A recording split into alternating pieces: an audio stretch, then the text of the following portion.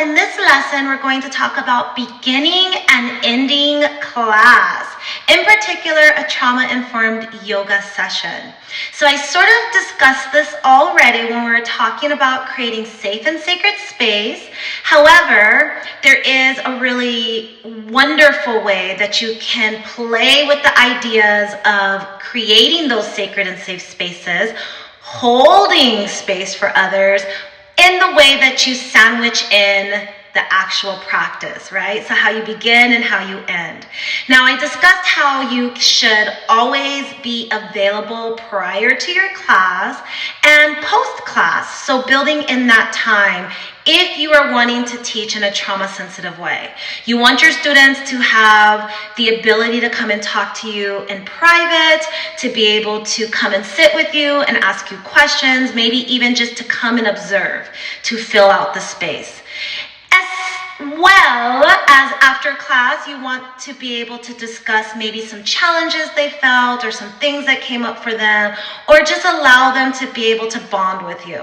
So it's a really beautiful way to do it. It's actually a beautiful way to teach yoga or somatic practices anyway, although I understand that it's not always possible in certain settings.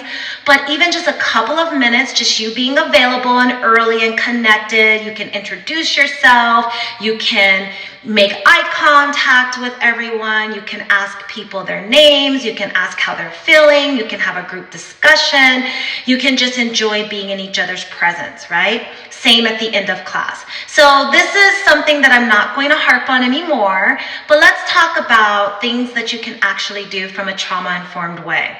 Now, we know that we want to start class by grounding ourselves. So just allowing students to feel comfortable. Keep in mind, from a trauma-sensitive perspective, having your students starting in any capacity where they can't see what's happening around them. So, maybe child's pose, things like that might not feel good for them.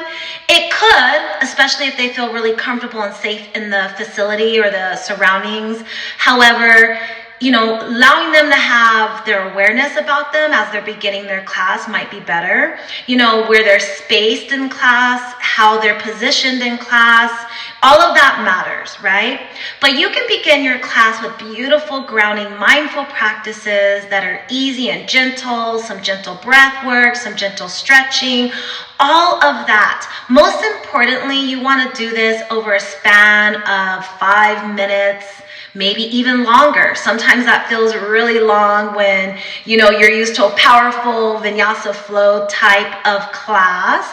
However, think more allowing them to slowly get into it. They can feel what's happening around them. It feels very calm and collected.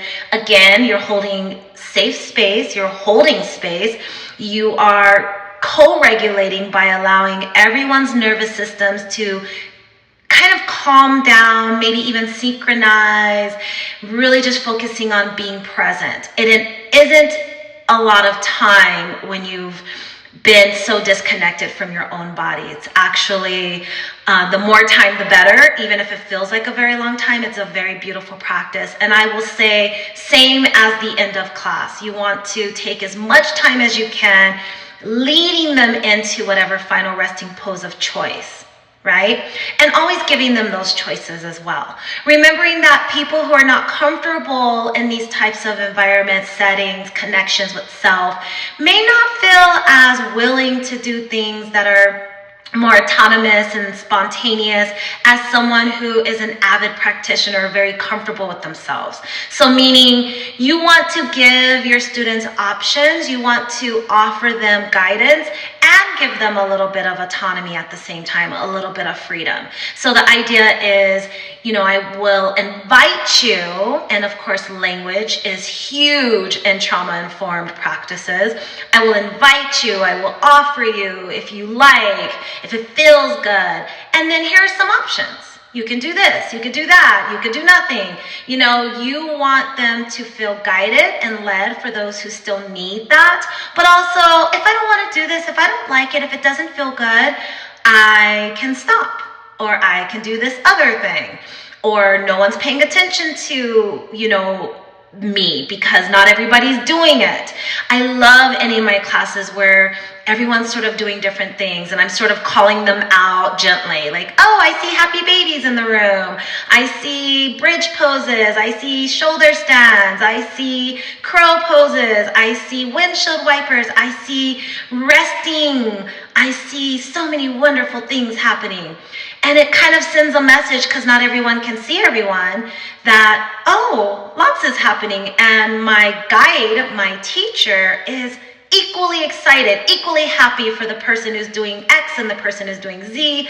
And you want them to feel like, oh, well, what do I want to do? But also not feel nervous about that, or uncomfortable or insecure about that at the same time, right? You don't want them to feel like, I don't know what I should do. Oh my gosh, why is this person choosing that? Why am I not choosing that? So it's important that they feel, by this point, comfortable and connected to their practice.